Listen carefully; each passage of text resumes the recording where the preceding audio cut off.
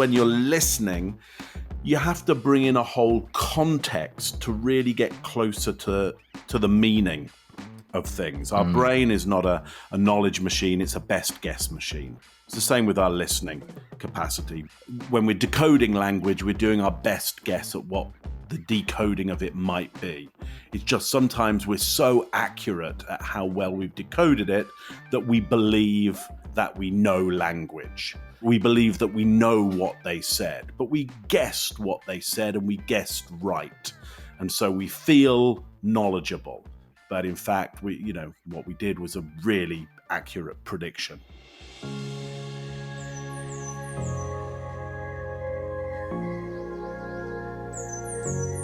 Deep listening, impact beyond words. G'day, I'm Oscar Trimboli, and this is the Apple Award-winning podcast, Deep Listening, designed to move you from a distracted listener to a deep and impactful leader. Did you know you spend 55% of your day listening, yet only 2% of people have ever been taught how? In each episode, we explore the 5 levels of listening. Communication is 50% speaking and 50% listening. Yet as a leader, you're taught only the importance of communication from the perspective of how to speak. It's critical you start to build some muscles for the next phase in how to listen. The cost of not listening? It's confusion, it's conflict, it's projects running over schedule, it's lost customers, it's great employees that leave before they want to. When you implement the strategies, the tips and tactics that you'll hear, you'll get 4 hours a week back in your schedule. I wonder what you could do with an extra 4 hours a week.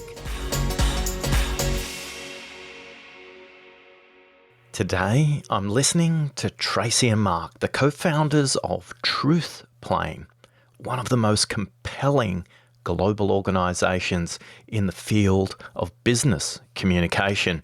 Tracey advises the world's top companies and individuals on the biggest questions they have around communication and body language. Mark has been voted the #1 body language professional in the world for 2 years in a row. Tracey and Mark completely changed my mind about what listening is and what listening isn't. It's a truly transformational conversation, and I can see why TRUTHPLANE is such a highly sought after global communications firm. Let's listen to Tracey and Mark. At level 2, listening to the content, one of the things we talk about is you can listen to the words, but you can also listen for the nonverbal signals as well. And there's a lot of pop culture around body language. So I'm hoping today, Mark and Tracey, you'll be able to demystify the fact that sometimes when somebody's arms are folded, they might be sitting under a really drafty air conditioning duct rather than being defensive in the conversation. What are some of the common myths as it relates to nonverbal signals? So let's just do a list of all the reasons people fold arms, and we won't do it for too long because we could go for literally hours on this. But often they're being protective of themselves. They're trying to stay awake. Sometimes they're trying to keep their energy up. They're trying to make a decision. They're trying to stay warm. They're actually close to what you said. They're close to an idea of what you said. They're close to an image that they've got in their mind of a film that they watched last night, which they've been running through their head while listening to you. I mean, there's just so much going on. There's so many reasons why people may fold their arms that if you jump to any one conclusion, and you will jump to a conclusion, and you'll tend to jump to a negative one about it, you'll tend to default to negatives. Ultimately, your judgments about other people's body language are a better indicator of how you're thinking and feeling than how they're thinking and feeling. So there's a good myth. When you fold your arms, it means somebody's closed. Yeah, it does when it does, and when it doesn't, it doesn't. It means something else. I think the thing, though, that we should say is that it reads like closed body language, and so it does have that impact. So a lot of body language people will say, if you're in an important meeting and you want to look open, then don't cross your arms, because the minute you cross your arms, you will look closed, even if you don't feel closed, even if you are, as you say, sitting under a drafty vent. It's one of the big myths of body language. Yeah. Other ones, gosh, if their feet are turned away from you, they want to be somewhere else. That's, if people are crossing their legs away from you, they're not interested in you. Both of those are completely wrong until they're not. There's the one about looking up and to the left. I forget. Is it up and to the left if they're lying? Yeah. There's a thing about if you're up and to the left and they're lying. Yeah. That's a complete myth. Actually, that's been debunked. There have been studies done at I think it's the University of Edinburgh, debunking that myth, saying that's it's an accessing, it's an eye accessing cue. So you're accessing something. You might be thinking about something, you're remembering something, or thinking about something that you're going to. So it might mean that you're anxious, or you're thinking about something else, you're trying to remember something, but it doesn't necessarily indicate that you're lying. Yeah. Oh, here's one for listening. If somebody's not looking at you, then they're not really listening to you properly. That's a good myth, because how's anybody listening to this podcast? Because they're not able to see me at the moment, not able to see Tracey either. I guess they're not looking at the device that's broadcasting this as well. I mean, it's more, body language is so much in the eye of the perceiver. If somebody is looking at me, I feel more valued. Therefore, I feel potentially more listened to. But are they actually listening to me more? No. People can look at me and be not listening to me in any way, shape whatsoever. So it's more about, if we look at somebody, they may feel like we're listening to them. Rather like if we tilt our head to one side as we're listening to somebody and look at them and nod our head as they're talking, they will feel very, very, very listened to. Now, does that mean we're listening? No, not at all. Oh, Mark, if only you could see me right now with my head tilted slightly to one side and nodding. Right. I just have to kind of imagine that you're still there listening, you see. I mean, I just have to trust, essentially. We trust that you're still there listening, and we can't see that you're listening, but we just have to trust that it's happening. So you're looking for clusters of behavior in order to get a clearer idea of the thoughts, feelings, intentions that might be going through people's heads. But a lot of these things can be produced by other things. I mean, red face, flared nostrils, and knitted eyebrows. That's somebody who's thinking about the run that they just had. Of course, they're red in the face and their nostrils are flared and their eyebrows are knitted because they're going, I could have done a faster time, maybe. When you're listening, you have to bring in a whole context to really get closer to the meaning of things. Our brain is not a knowledge machine, it's a best guess machine. It's the same with our listening capacity. When we're decoding language, we're doing our best guess at what the decoding of it might be. It's just sometimes we're so accurate at how well we've decoded it that we believe that we know language. Or we believe that we know what they said, but we guessed what they said and we guessed right. And so we feel knowledgeable. But in fact, what we did was a really accurate prediction. If we bring it to practicality, and if an anthropologist was to walk through an organisational context, one of the common places that managers and teams participate in is the meeting room, where most people are sitting around a table. If we draw down and zoom into that context, we've talked about the myths. Help us understand, if we're in a meeting room and there's, say, 5 to 10 people in this meeting room and somebody's speaking or somebody's not speaking, help us decode some of those really prehistoric areas of the human mind, because just like listening's a birthright, you kind of learn to listen before you're even out of your mother's womb. You're learning to listen at 20 weeks, and you can distinguish Beethoven from Bon Jovi from Beaver at 32 weeks. What should we be looking out for if we're sitting in a meeting room? I would be looking out for who is taking up space and who isn't. It's very easy sonically for people to take up space. I mean, it's very easy. I start talking and then I keep on talking, and before we know it, I've taken up 5 minutes of space, and I've been very loud with that space. I mean, I take it up with the volume, and also I take it up with the time that I take up. But what you can't see at the moment is the physical space that I'm taking up. So there may be some strong differences between how long and how big somebody talks for and how much space they actually take up. Now, the converse of that is you have somebody who takes up a small amount of space, and so therefore you don't really listen to them because they don't look big. They don't look like their words would have any weight to them because their body doesn't take up space. And so you're most likely, or more likely, to start not paying so much attention to what they say. We'll pay less attention to the smaller things in the room and more attention to the bigger things in the room. So you got somebody, and he or she, they're taking up a lot of physical space and they're taking up a lot of sonic space. And so we pay a lot of attention to them. Now, does that mean that they have good ideas? Well, I don't know, yes or no, or something in between.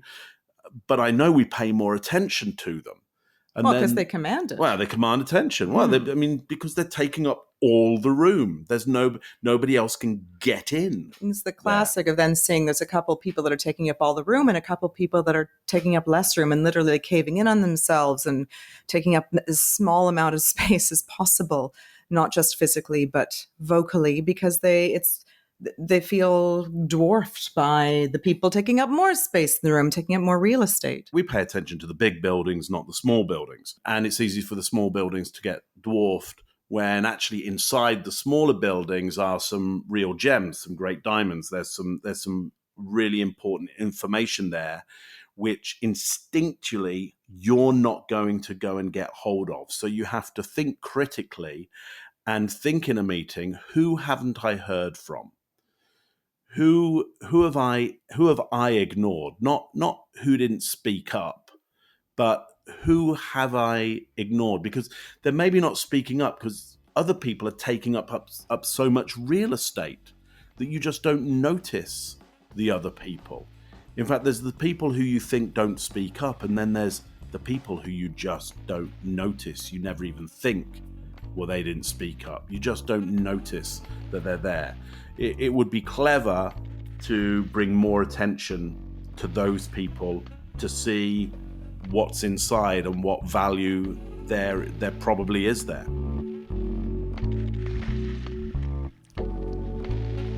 Tracey and Mark have highlighted the importance for the host, the chair of the meeting, and your role as the participant in the meeting to explore level 4, listening for their unsaid.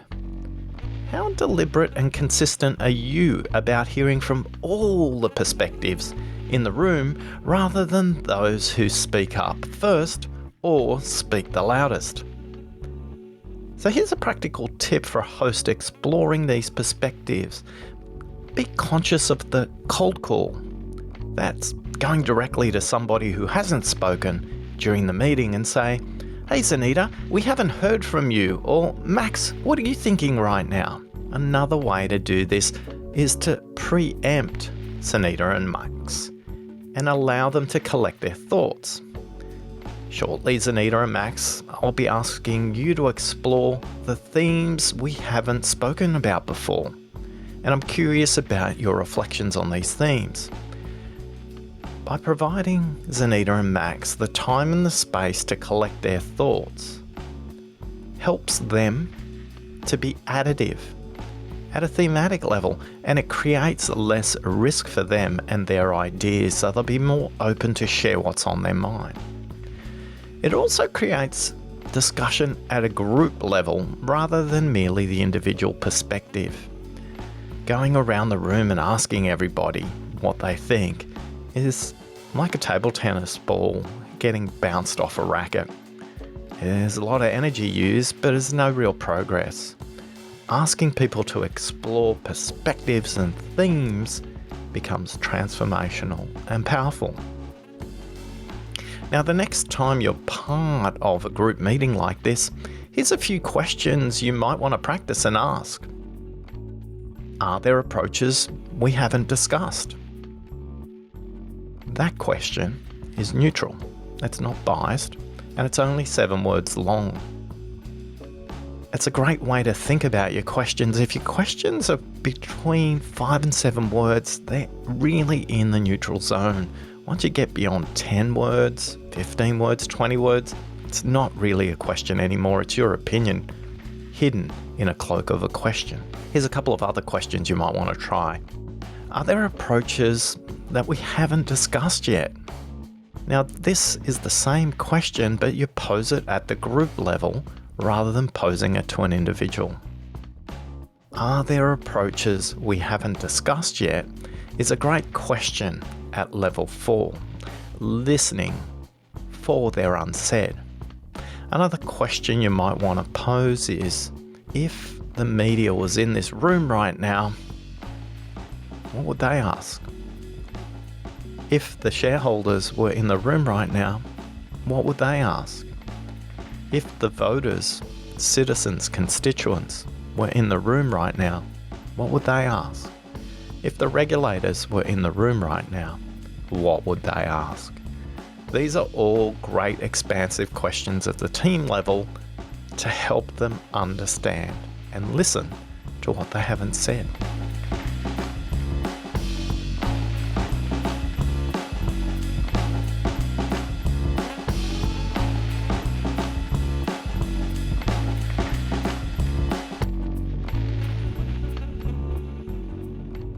If we zoom even further into that room, quite often what we notice is laptops and electronic devices. When you talk about taking up physical space and everyone's roughly equal with some kind of electronic device and maybe some additional notes that they bring to the meeting, what would be some of the things you would say are taking up that physical space versus the sonic space? So you notice that people get their, what I would call their tools and resources. So they get their handheld device and they get their notes and they get their laptop and they get their coffee and their croissant and they stick it around them so it's in good enough reach so that they've got these important things close to them. And that takes up a lot of the real estate that they should be taking up. It means that they actually constrict. It actually causes, they're being minimized by their own croissant, essentially. Or hidden by the laptop being open. Yeah, they've got this laptop and they open it up and they think, wow, this PowerPoint that I've produced, this will get them. Or clutching to the coffee like a crutch. Yeah, they're hanging on to their coffee for dear life. When we train people, we try and push that space out even more. Put the coffee a whole arm's length away from you. So you have to open up your arm to its fullest extent to get it. So it's not crowding you. You're not being crowded by your own stuff, because that will create a perception about the words that you're using, the language and the meaning. And that perception of the meaning will ultimately become the meaning of what you say, regardless of how people are listening, because they don't just listen with their ears. They listen with their eyes as well in order to work out the words. I mean, the Broca's area is using images as well to try and work out what were the lips doing to get best guess at the word.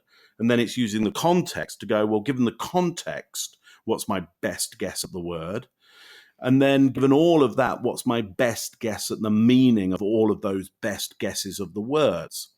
And so we can see that crowding yourself crowds the meaning to some extent. In that context, yeah. Mm-hmm.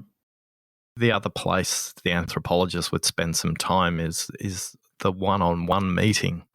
And typically it may take place in the leader's office, or it may take place in a separate meeting room, or it may be something that is in a public area, or they might go and walk for that meeting. What would be some of the things you would say are really practical things to notice in in the dialogue and in the context. And I'd love to explore the distinction between nonverbal signals and the energy that the speaker may be projecting as well.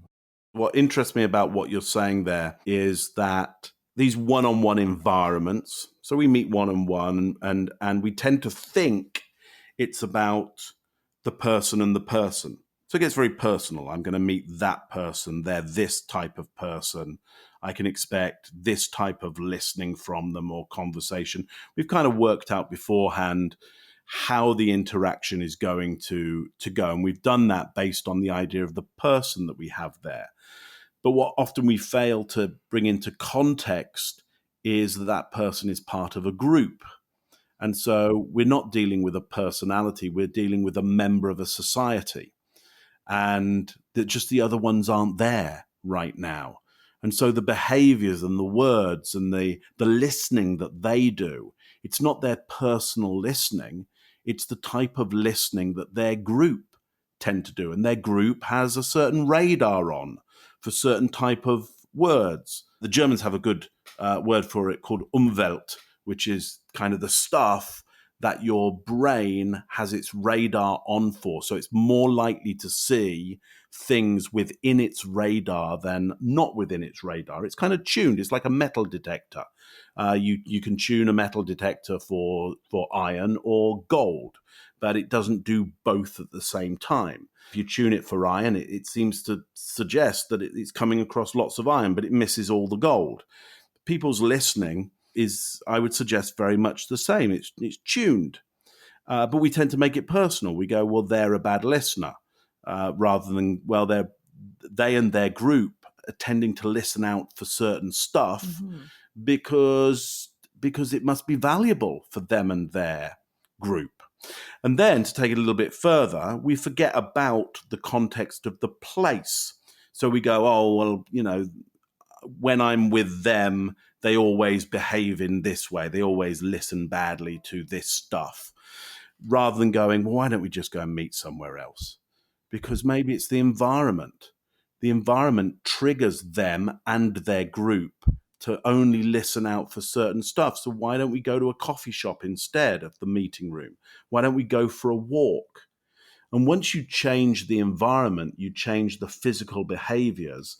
And often when you change the physical behaviors, you get a different set of behaviors out of people and a different listening. But you yourself, as an individual and a member of a group, you have a certain radar on, and you can shift your radar by shifting where you have the one-on-one meetings that you have.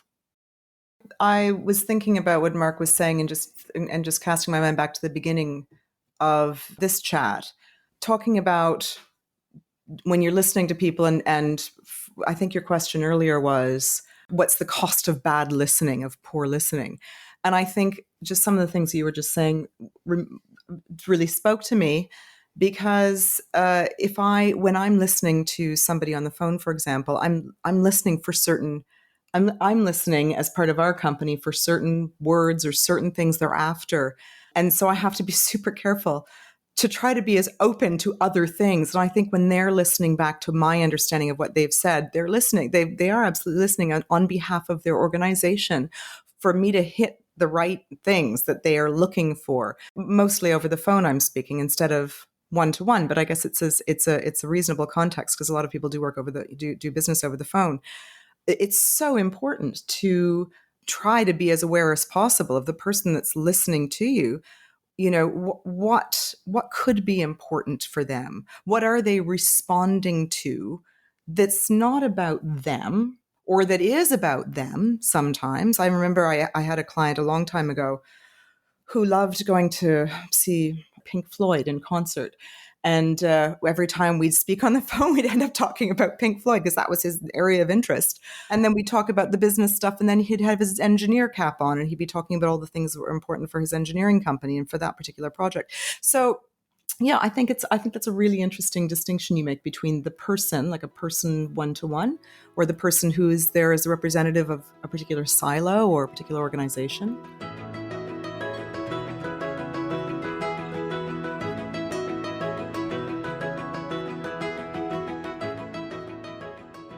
Would you like to learn a bit more about what gets in your way when it comes to listening? What are the barriers that are stopping you from completely listening to yourself and to the other person? Go and visit listeningquiz.com. That's listeningquiz.com, and take the 7-minute assessment, and you'll receive a unique report with 3 tailored actions to help you move from a distracted listener to a deep and impactful listener.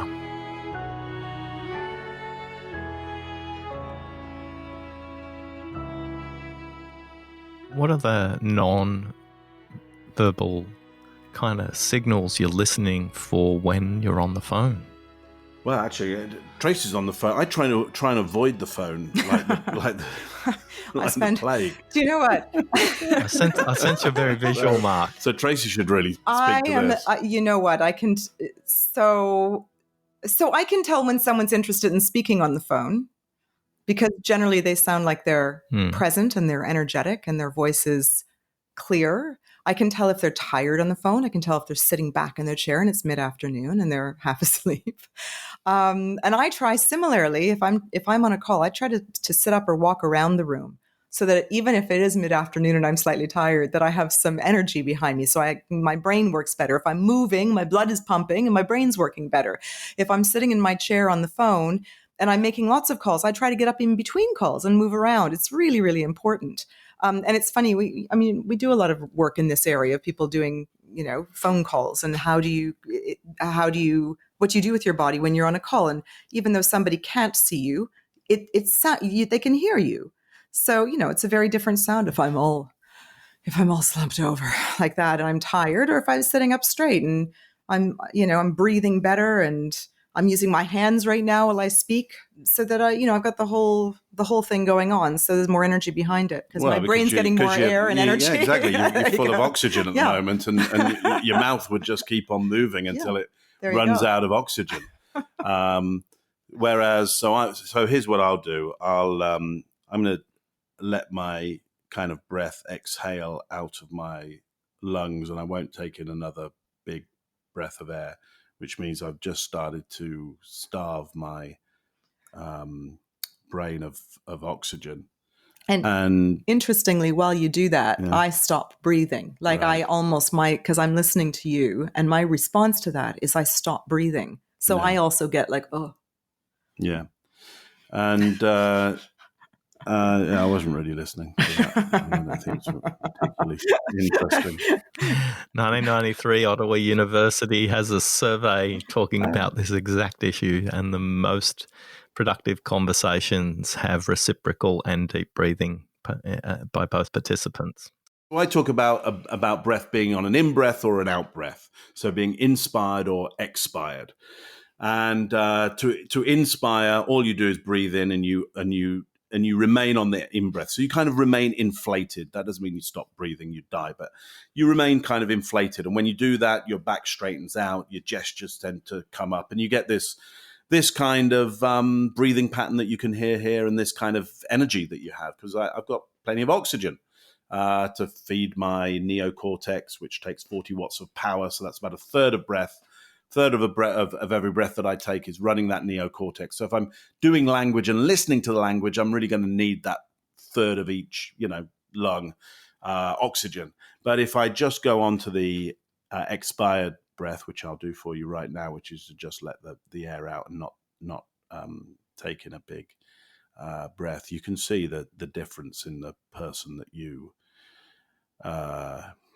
get, and there's a lot more long fillers there with the and any listeners that you had have now left your podcast for something way more energetic. But it's easy. It's easy to get it energetic again because I just go on to the in-breath. It's just I do it on purpose. It's and all the behaviors start to trigger out of that. And the other thing is just being on the phone and nonverbal language, body language on the phone is I smile when I'm on the phone. I try and keep my face up and get my, as Mark always talks about, the Duchenne smile. Keep that going, because it actually, the impact that it has on my mental state is it keeps me energetic and cheery and thinking and light. As opposed to if I get my head drooping down, my face drooping down, and my eye, it just brings me down. And then, of course, that's going to translate to the way that I'm thinking, what I'm saying, how I'm saying it. So, saying that, sometimes I have been guilty of just sitting there with my computer, my laptop on my lap, having a call and then getting off the call and going, oh, that was dire. That was a terrible phone call. Because I was just like, why didn't I get up? Just get up, because it just makes such a difference. And then, you get a much better rapport with the person you're speaking to, because they can hear your enthusiasm and you become more positive.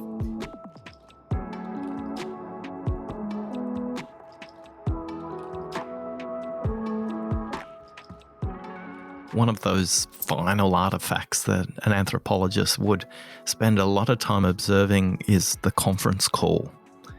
And it's fine in that visual environment to explore some of the things we said, but in the conference call, people just hit the mute button. They've got the laptop going or whatever device they're connecting through, and off they go. What would you be listening for in these conference calls to start to notice who's big in energy? I think that's such a good question. I just want to add to that. I cannot personally, I don't like conference calls because I am somebody that I tend to jump in a little bit too much. And you can't on a conference call. Everybody's interrupting each other. And I think the opposite thing that happens is then everybody is really quiet because they don't want to interrupt. They're being overly polite, especially here in Canada. They're being overly polite. And so everyone's waiting for their turn to speak. And it ends up being very stilted. And the call takes 4 times longer because everyone's kind of long pauses between speaking. Here's what I'm listening out for on a conference call is whoever has put this conference call together, I need them to take control. I need them to tell everybody what the conference call is about, what are the outcomes that we're looking for, how we're going to get those outcomes, how long this is going to be. And if you tell me all of that and you also say to me, so, put your devices away, shut down your email, just focus in on listening to what everybody has to say and making the right decisions. If you do that, if you tell me it's important and you tell me what my part is in it, I'll probably engage. If you don't, I'll do something else. That's all there is to it. And I'll do something else and I'll know you can't see me. It's like any, good digital technology. Easy in, easy out. They'll go, get on the conference call. It's really easy access. Well, it's really easy to get out of it then, isn't it? If it's easy to get in, it's dead easy to get out. And so that's what happens on conference calls. The relationship is never formed fully. Easy in, easy out.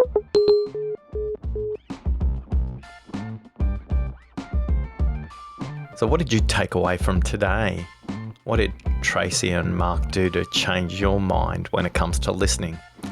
Well, why not join our listening community? OscarTrimboli.com/community. That's OscarTrimboli.com/ Why not join our community at OscarTrimboli.com/community? That's OscarTrimboli.com/community, and leave your thoughts there. As a member of the Deep Listening community, you'll be able to access this episode and all future episodes 1 week before everybody else. So if you like to listen and you want to get access to these interviews earlier than everybody else, just join OscarTrimboli.com/community and you will be able to listen in first. And what I'll be taking away from today is the concept that listening is at best a guess, or at least that's my guess on what I was listening to today. I wonder what Tracey and Mark hoped to communicate to me. I'm guessing that's what you wanted us to take away from today. Thanks, everyone. Thanks for listening.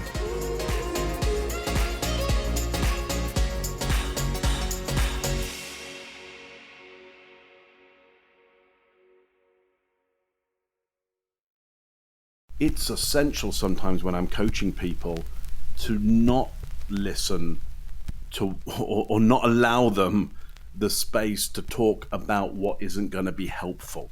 listen for their language, their exact language, and then try and unpack with them the exact language that they're using, so you can get into why they're behaving in the way they're behaving and how we can alter that. So I think, again, it's the cost of listening to the right stuff and the cost of listening to the wrong stuff. You get quite good at understanding when people are telling you stories about things that you have no power over. I'll have somebody come in, they want to get better at presenting in their business, and there might be one person on their mind they're particularly wanting to do better with. And so they start describing that person and going, and then, he, she did this, and then they did this, and I wish they wouldn't do that, and I would say this, and I wish this didn't happen with them. And it starts to go on, and I have to interrupt and say, look, I'm just going to interrupt you right now because they aren't here. And though, we would love to change how they perform in this environment, the only people we have here is you and me. And so we really need to get on talking about you and what you're doing with me in this room. You have to get people onto talking about themselves and their own viewpoint on the world around them, and then listen very carefully to that, and specifically the metaphors they use, the ideas that they use about the world, the way they describe it, the map that they're using for it, the thing that it is like for them. Because it's either actually like that or not like that or something in between. But the metaphors that they're using for the world around them will be sculpting the way they're behaving and then their experience of how everything's happening. I try and get people talking about themselves and then try and listen very carefully to the exact words that they use about their experience.